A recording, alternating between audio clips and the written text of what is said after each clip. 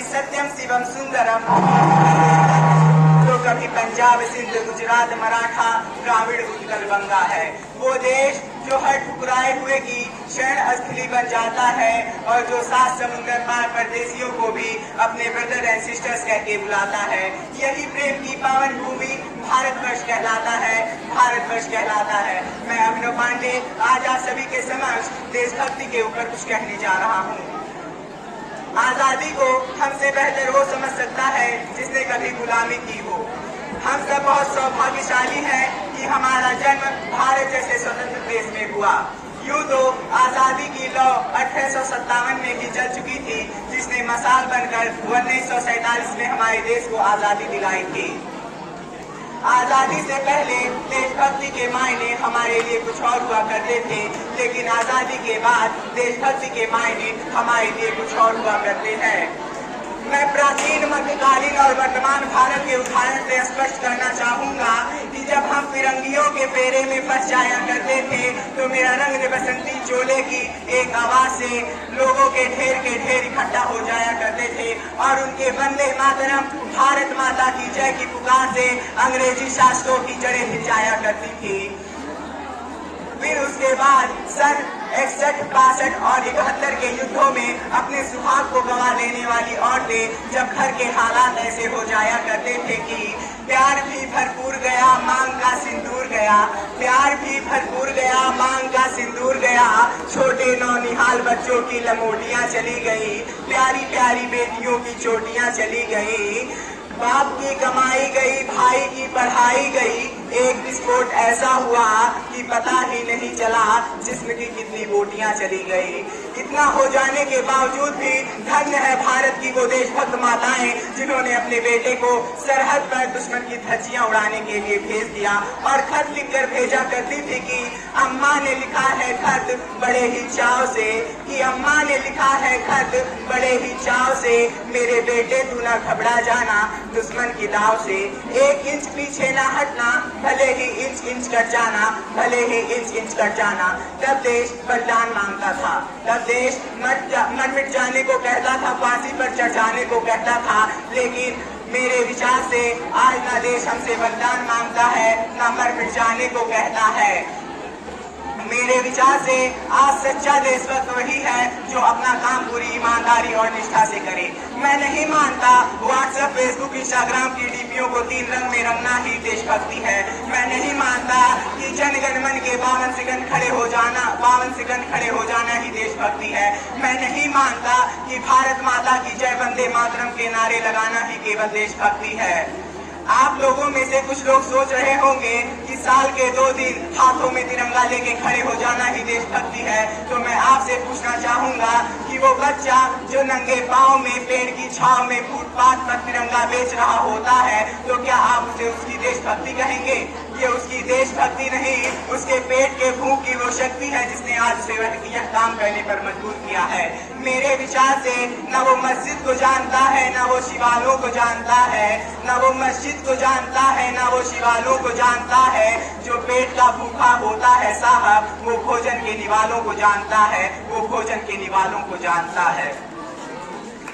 इस तरह अब पूरा समाज देशभक्ति को साबित कर रहा था, लेकिन एक देशद्रोही देशभक्ति को उतना आहत नहीं करता कि देशभक्ति जब आहत होती है कि एक बेटा अपने बूढ़े माँ बाप को वृद्धा आश्रम की चौखट तक छोड़ आता है।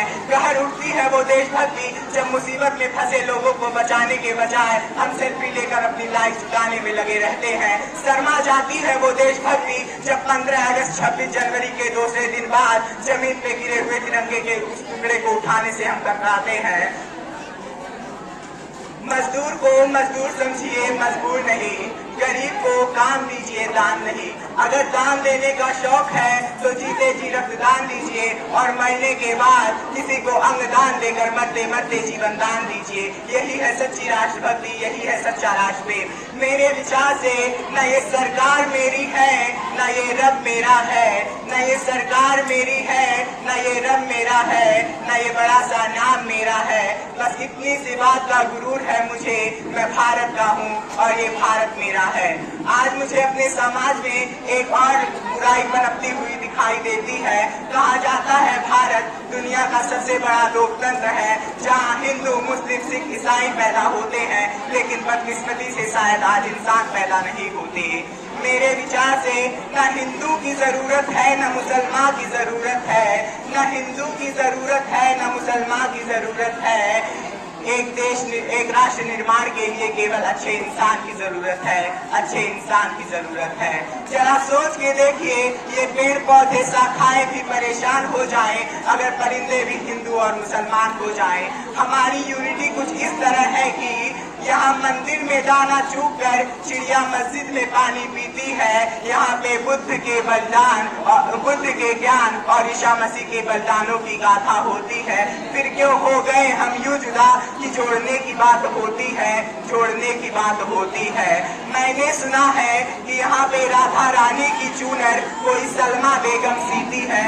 फिर क्यों हो गए हम यूं जुदा कि जोड़ने की बात होती है, जोड़ने की बात होती है। यहाँ आसाम की चाय हो या दक्षिण के मसाले विदेशियों को आकर्षित करती है। तो वैष्णो देवी में चढ़ाए गए नारियल की पूर्ति केरल और तमिल जैसे राज्यों से होती है। तो क्यों हो गए हम यूं जुदा कि जोड़ने की बात होती है, जोड़ने की बात होती है। हमारे देश की संस्कृति और सभ्यता के सामने पूरी दुनिया ने सिर झुकाया है। मेरे विचार से एक सच्चा देशभक्त ही अच्छे राष्ट्र का निर्माण कर सकता है, और राष्ट्र निर्माण तब संभव होगा जब औरतों की पूजा नहीं उनका सम्मान किया जाएगा। एक राष्ट्र निर्माण तब संभव होगा जब हम सब मिलकर स्वच्छ भारत अभियान में अपनी अहम भूमिका निभाएंगे, और एक सच्चा राष्ट्र निर्माण तब संभव होगा जब राजनीति जाति के मामले में नहीं बल्कि राष्ट्र निर्माण के मुद्दे पर की जाएगी। और एक सच्चा राष्ट्र निर्माण तब संभव होगा जब एक गरीब घर का बच्चा दोपहर के भोजन के लिए नहीं बल्कि शिक्षा के लिए सरकारी स्कूलों में जाया करेगा।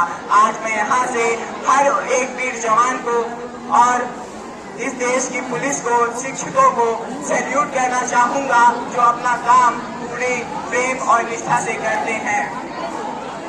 मैं भारतवर्ष का अमिट सम्मान करता हूँ, मैं भारतवर्ष का अमिट सम्मान करता हूँ। यहाँ की चांदनी मिट्टी का ही हमेशा गुणगान करता हूँ। मुझे चिंता नहीं स्वर्ग जाके मोक्ष पाने की, मुझे चिंता नहीं स्वर्ग जाके मोक्ष पाने की। तिरंगा हो कफ्न मेरा, बस यही अरमान करता हूँ, बस यही अरमान करता हूँ। जय हिंद, जय भारत।